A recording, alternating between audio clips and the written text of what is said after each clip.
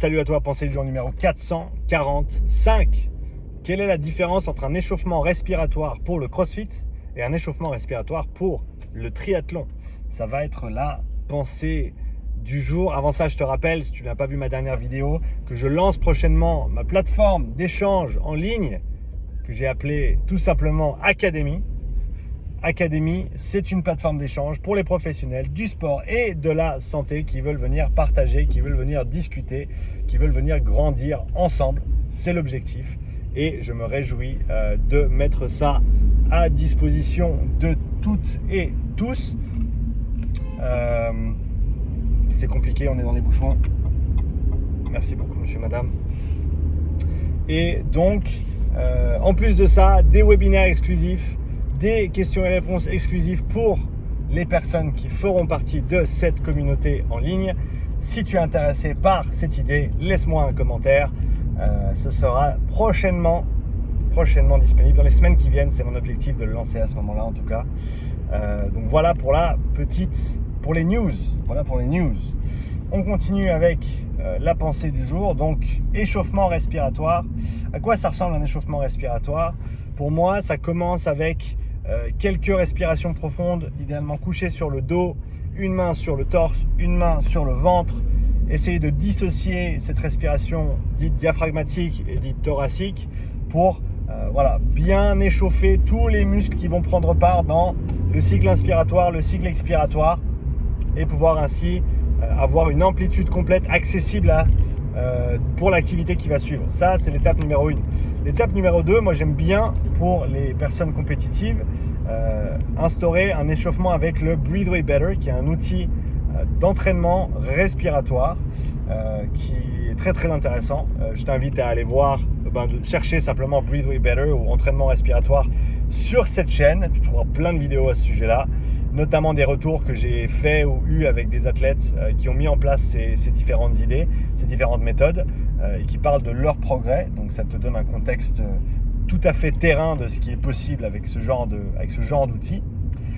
Et donc dans un cadre d'échauffement respiratoire, ça te permet de, encore une fois, conscientiser cette respiration, te focaliser dessus, employer une amplitude respiratoire et des fréquences élevées, même si tu ne te mets pas dans le dur au niveau de l'effort physique. Alors, faire un bon échauffement avec une phase de haute intensité, c'est fondamental pour être prêt pour la tâche qui va venir ensuite.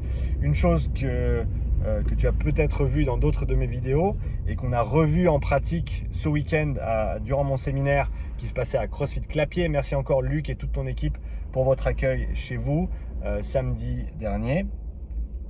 Et donc dans ce contexte-là, ce qui est intéressant, c'est de se dire que le système respiratoire se met en route entre guillemets en dernier. C'est-à-dire que tu as les jambes qui bossent d'abord, le cœur qui répond ensuite, la respiration qui suit.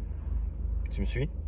Et donc dans ce cadre-là, dans un échauffement, ça va être assez difficile de solliciter de manière poussée, de manière maximale le système respiratoire. Parce qu'il faut vraiment aller creuser assez loin quand même pour solliciter le système respiratoire de manière maximale. Et quand on dit « je trouve mon second souffle », c'est pas si faux que ça. Peut-être que c'est simplement qu'on n'avait pas assez bien échauffé son système respiratoire et que dès le moment où on retrouve un petit peu une meilleure coordination et un échauffement complet du système respiratoire du fait qu'on a commencé notre activité ou notre effort ou notre test ou notre compétition, là on se sent qu'on est bien pour la suite. Et je pense que c'est bien de faire ça avant de commencer ta compétition, avant de commencer ton test, etc. Donc on peut utiliser un outil comme le Breathe Way pour bien échauffer son système respiratoire afin d'avoir tous les signaux au vert, on va dire, pour entamer l'activité.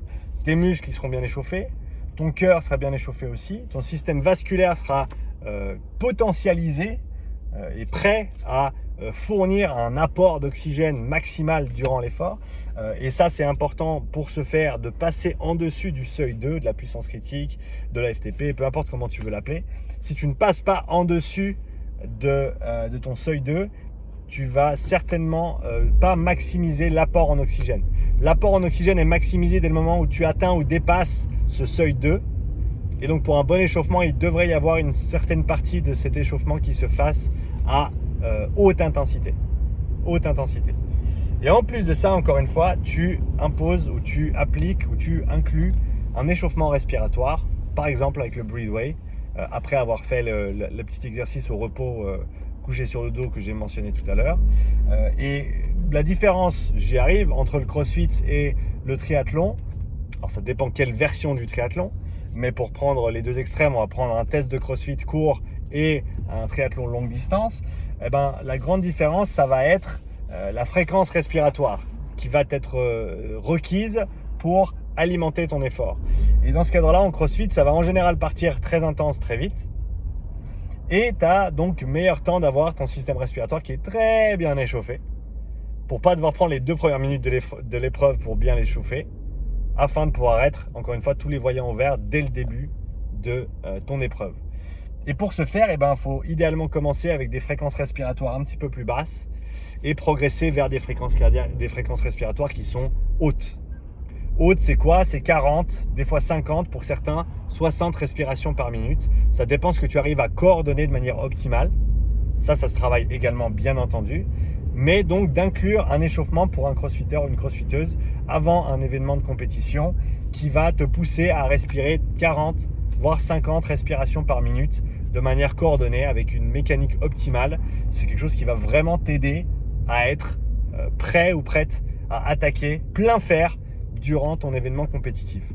Ce n'est bien sûr pas le cas, en tout cas je ne l'espère pas, pour le triathlète qui d'abord va commencer dans l'eau, donc c'est pas pareil en termes de respiration. Ce qui peut être intéressant pour le triathlète, c'est également échauffer son système respiratoire avec le Breathway, peut-être en utilisant des fréquences qui sont plus basses et peut-être en travaillant aussi un petit peu de rétention, un petit peu de... J'aime pas appeler ça l'apnée parce que dès qu'on dit apnée, on pense ouais, il faut se mettre sous l'eau. Non, fais pas de l'apnée sous l'eau, fais jamais de l'apnée sous l'eau tout seul. Règle de sécurité numéro 1, d'accord? Si tu fais de l'apnée, soit assis ou soit couché par terre, parce que si tu tombes dans les pommes et que tu étais debout, que tu faisais quelque chose comme conduire par exemple, ne fais pas de l'apnée au volant, c'est une mauvaise idée. Donc voilà, petite précaution de sécurité pour tout le monde, mais faire quelques rétentions, faire un petit peu d'apnée, pas dans l'eau, avant d'aller sauter dans l'eau pour ta course de triathlon, je pense que ça peut être intéressant. Pourquoi? Parce que la respiration durant la natation est entravée par le fait que tu es sous l'eau. Et donc tu ne peux que respirer quand tu sors la tête de l'eau. Chose que tu vas faire plus ou moins fréquemment. Mais quoi qu'il arrive, il y a un paramètre d'accumulation du CO2 qui va se faire du fait que tu es restreint au niveau de ta fréquence respiratoire et ton volume respiratoire, parce que tu as une pression, la pression de l'eau qui vient s'appliquer sur ta cage thoracique et qui va entraver une mécanique optimale, ou en tout cas qui va appliquer une résistance à ta respiration. Et donc dans ce cadre-là, d'effectuer cet échauffement respiratoire avec l'inclusion de rétention pour se familiariser ou j'allais dire prendre goût, c'est pas le mot, se préparer simplement pour le fait que tu vas être exposé à des niveaux de CO2 qui sont un petit peu plus hauts que ce que tu as l'habitude de voir ou de ressentir quand tu es hors de l'eau. Et donc de le faire dans ton échauffement, ça peut être très très intéressant.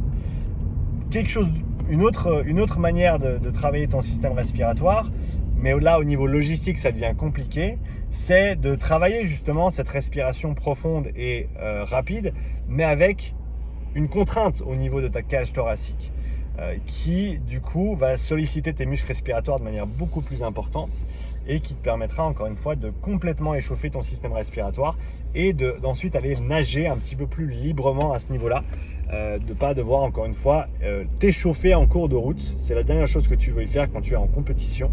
Tu veux t'échauffer correctement avant ta compétition. Et donc tu as ces différentes manières d'approcher l'échauffement qui peuvent être très très intéressantes. Donc voilà pour les quelques idées que j'avais autour de l'échauffement respiratoire, que ce soit pour le CrossFit ou pour le triathlon. Si ça t'aide, laisse-moi un commentaire. Si ça t'aide pas, laisse-moi un commentaire aussi pour que je puisse t'aider dans mes futures vidéos. En tout cas, n'oublie pas de me laisser un like. Je me réjouis d'entendre ton retour sur cette idée de communauté en ligne, plateforme d'échange pour les professionnels du sport et de la santé, parce que partager, c'est apprendre. Et je te souhaite une belle journée. À bientôt pour une nouvelle pensée du jour. Ciao.